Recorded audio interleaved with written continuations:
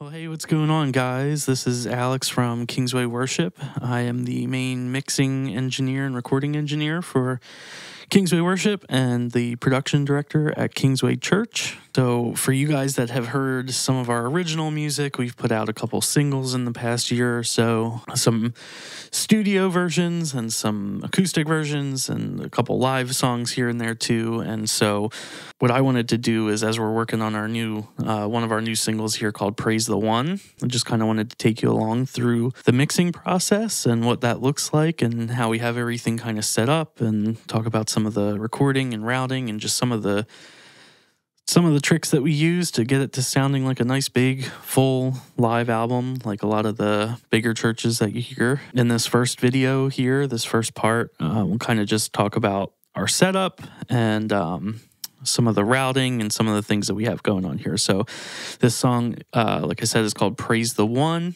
We recorded it live on a Sunday with a live band. We've done some overdubs. The acoustic guitars are overdubbed.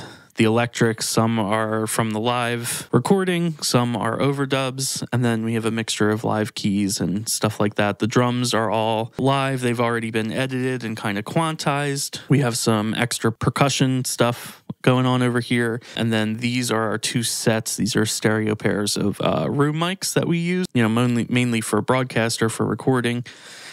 So people can kind of hear the sound of the room. The bass is live from that Sunday. We also have a sub bass channel in here. And then the vocals are actually all live from Sunday, which is something we've been trying to do. At the time of recording this video, we are planning on recording some additional background vocal choir track kind of thing, just to supplement what the live room mics don't necessarily do the best of picking up, people singing and stuff like that. So this is a pretty common tactic for a live recording, to have supplemented people singing together and kind of giving that choir or live feel kind of thing.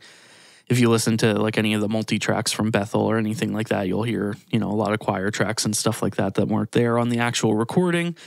And that's just a way that we can, make it feel a little bit more live, give the more of a sound of what's in the room and stuff like that, and just kind of supplementing. So we really wanted to capture the essence of a live recording, but at the same time add to it and, tweak some things to make it, more release ready. And yeah, so just talking about our routing here real quick. So all of our channels here, so I have our vocals, bass, acoustic, electrics, keys, and then our drums here. So we have a full drum kit. So I have in sub buses here, little folder tracks. We have a kick bus, which is going to get our kick sample, and then our kick in and out mics. We have our snare bus, which is going to get our snare sample, snare top and snare bottom.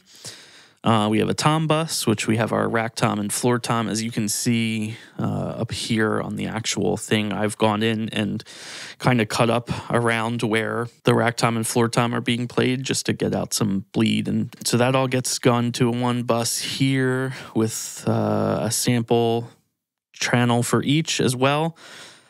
And then we have left and right overhead mic that go into an overhead bus. So we have our percussion tracks here. So there's an 808 kick, some tambo and shaker and stuff like that. And then we have our two sets of stage mics. All of these channels go to their individual buses here. So all the vocals come here to this vocal bus.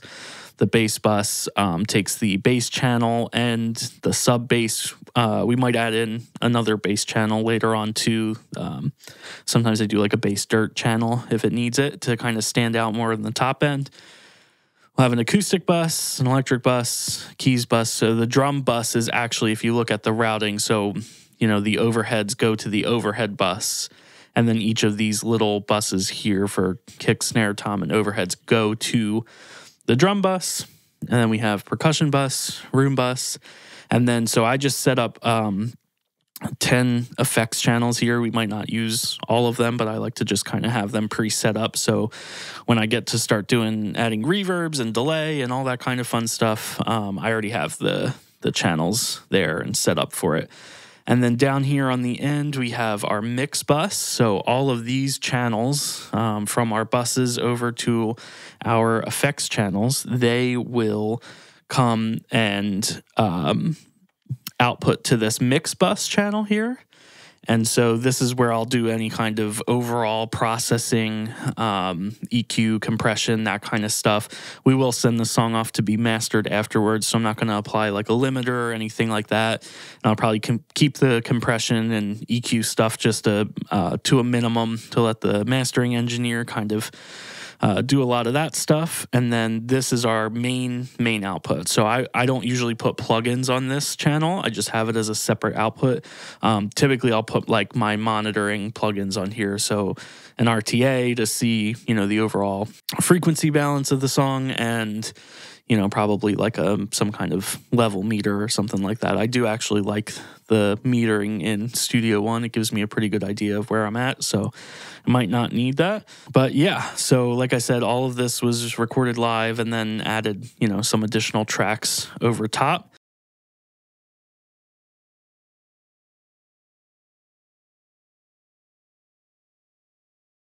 All locked in and sounding pretty good.